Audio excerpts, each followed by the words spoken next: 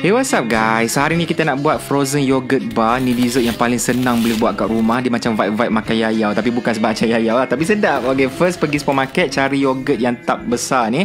Campurkan dengan 3 sudu susu pekat manis. Kalau tak ada yang besar, boleh beli 4 bekas yogurt yang kecil, yang saiz biasa tu.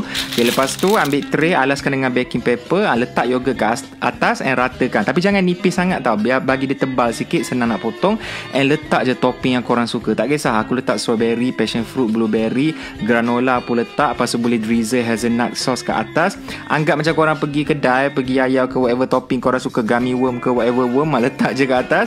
That's it. Lepas tu yang ni aku try buat lagi satu, guna flavor original pula. Sama juga, campur susu pekat manis. Lepas tu letak buah. Yang aku letak mango, letak lychee. Jangan ingat lychee Cairo Amin dah habis, belum lagi, ada banyak lagi stok. Lepas tu letak granola ke atas.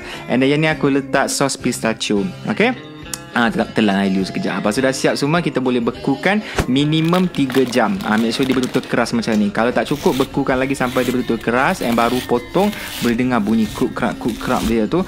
And boleh makan. Rasa dia sedap dia. Rasa manis daripada buah. And rasa masam-masam yogurt tu dengan sos kita letak kat atas. Korang kena try. Okay, selamat mencuba.